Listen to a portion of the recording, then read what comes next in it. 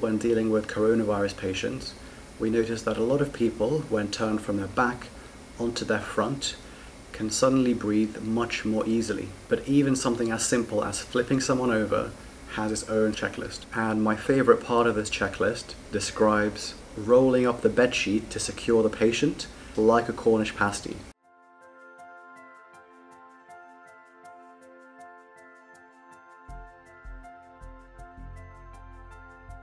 Hi everyone, it's Dr. Zeina, I hope you're well. Now in this video I'm going to respond to Thomas Frank and Matt Devella, who recently put out two really great videos on checklists and how you can use these to improve your productivity. Now I'm going to assume you've seen these videos. If not, pause this video right now, check the description and I'll have links to both the videos I'm talking about. Now the first of these videos was by Matt Devella and he called it "This Productivity System Will Save Your Life." And his reasoning there was that surgeons use this on a daily basis to make sure that things aren't missed, and so we can use it in our productivity as well to also make sure that we don't miss important things. Now as a very junior doctor working in surgery, I wasn't immediately asked to perform the operations myself or even to assist in the operations. But actually on my first day as a surgical doctor, I was meeting my team, they were in theatre performing the operation, and as soon as they finished they asked me to perform this surgical checklist. Now I didn't think much of this at the time, but after going through this and watching these videos on how crucial checklists are, I realised the crucial role they have not only in surgery but in healthcare in general. For example, when dealing with coronavirus patients, we notice that a lot of people, when turned from their back onto their front, can suddenly breathe much more easily. But even something as simple as flipping someone over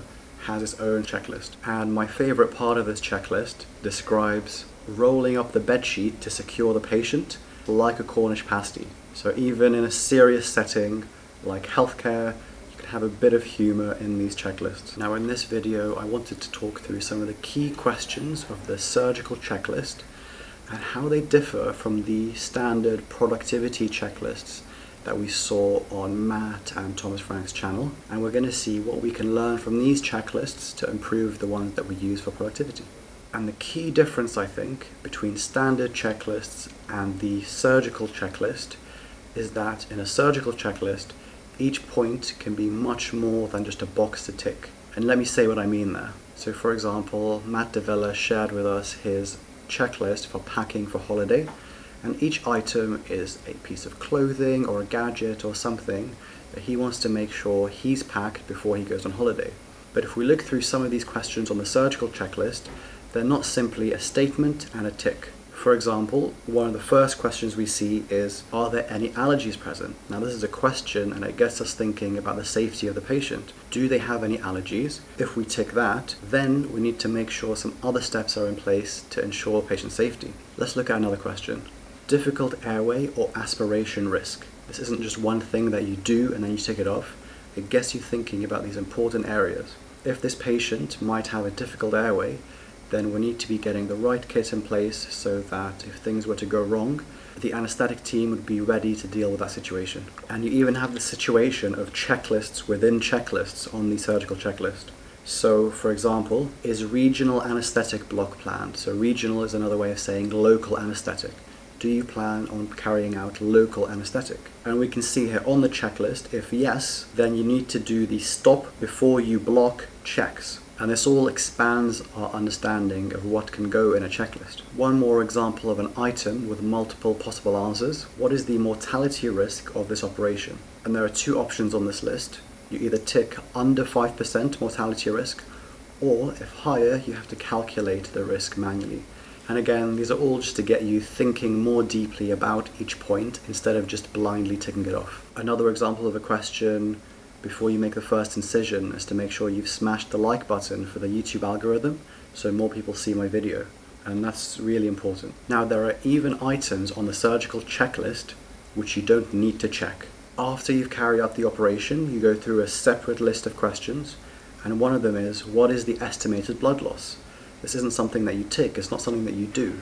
But again, it's a moment to pause and think about something. Even though estimating blood loss is very difficult. So I remember one operation that I saw, one member of the team estimated 3 liters of blood loss, Another person estimated 300 milliliters. So it doesn't matter to get this kind of thing exactly right. So this is a great chance to get you to pause and think about something and think, is there anything else I need to do? Do I need to get some blood ready for this patient to transfuse them once they get back to the ward? Do we need to give any other types of support in the meantime?